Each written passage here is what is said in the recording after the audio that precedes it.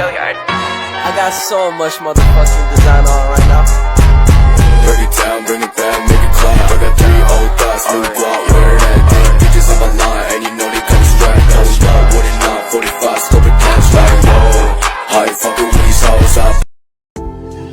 Assalamualaikum warahmatullahi wabarakatuh. Perkenalkan, nama saya Elistia Entina dengan NIM D1D022081 akan menjelaskan materi tentang proses pembuatan kertas untuk memenuhi tugas pengolahan hasil hutan yang diampuh oleh Bapak Jauhar Habibi SHUT MSI. Nah, apa sih yang dinamakan dengan kertas? Kertas merupakan media utama untuk menulis, mencetak, serta melukis, maupun untuk kegunaan lainnya.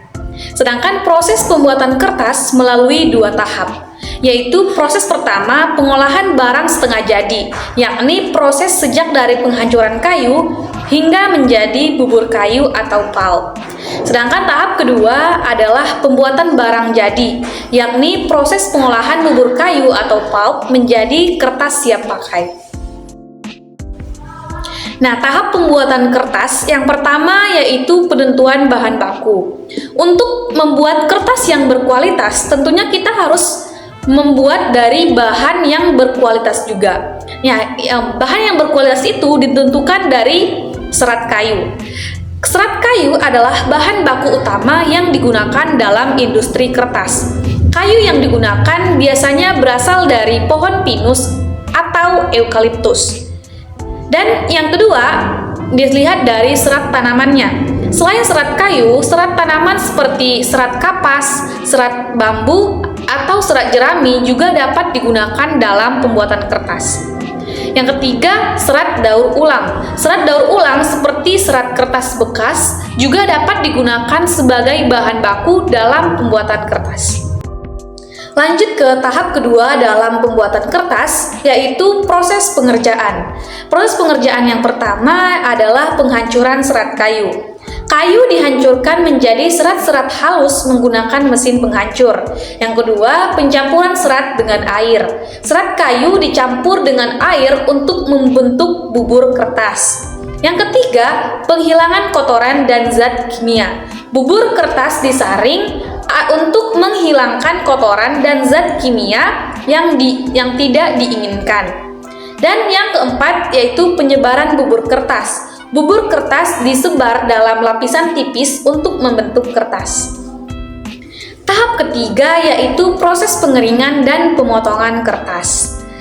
Proses pengeringan kayu, setelah proses pembuatan, kertas perlu dikeringkan agar mencapai tingkat kelembaban yang diinginkan.